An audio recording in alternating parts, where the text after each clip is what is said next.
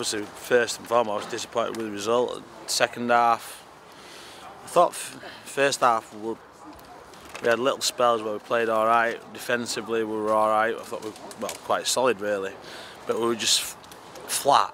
Flat. I don't know whether or not it's because the week that we've had with the extra game, but look, there's no excuses, to lose a game 3-0 in the second half. Obviously, what happens in the second half, there's no excuse for that. The goals that we conceded are not good enough.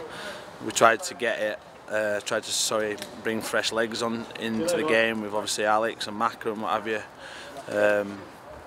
But we were just invited them on too easy, and like I say, we were nowhere near good in the second half. So I've heard people getting in touch with the programme today saying it was embarrassing, especially the second half. Would you say it was embarrassing, the performance your team put in that second half? Were Altrincham so much better than your side today? Second half they were. Second half they had a lot more possession.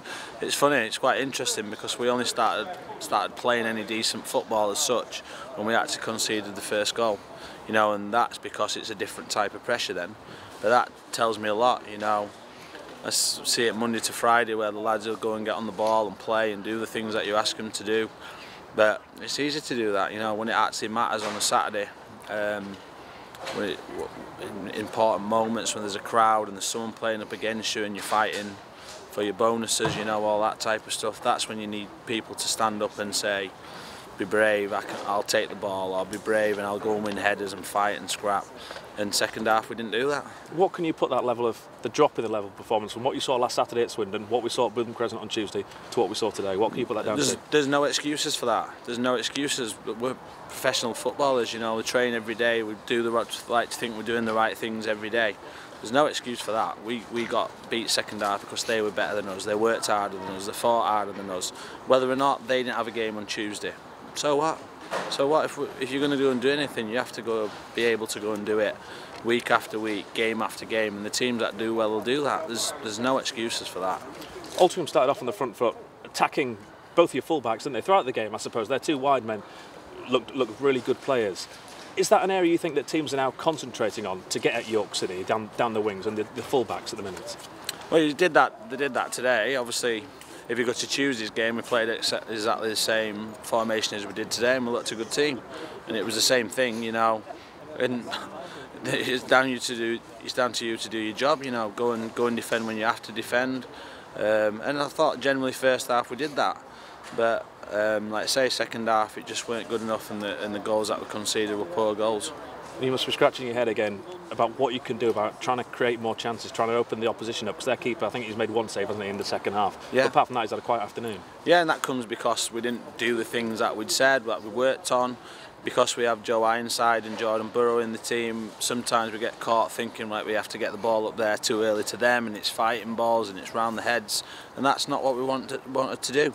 We did a lot of work on that yesterday, actually getting it up to the front men with a bit of quality, and then play from there really, get midfield players supporting it. But like I say, we only really, second half, started to play after that. They scored the first goal, and that sets the alarm bells ringing in my mind, thinking, yeah, it's a different type of pressure and it's probably easier then. It shouldn't be that way. It's a continuation, York City fans are saying, of what they've seen for the last 2 or 3 years. Games where they're putting performances, then there's a huge letdown straight afterwards. At places like this where, looking in from the outside, I know Altrincham are higher in the table, but looking in from the outside, York City fans are thinking they should be coming here and winning. Yeah, I agree with that. We should be going to every game trying to win the game. We don't set out to go to any game to get beat. The work that we do with the players every day, I'd like to think I try and give them everything that they need to set them up to go and win in a football game. And then I just said to them all in there in the dressing room, I said, if it's me that's doing something wrong, tell me and I'll do something different. But I'd like to think, obviously over a long career and playing and thinking you understand what players need and try and treat them the right way, be respectful to them, and you're hoping that you'll get something back in return.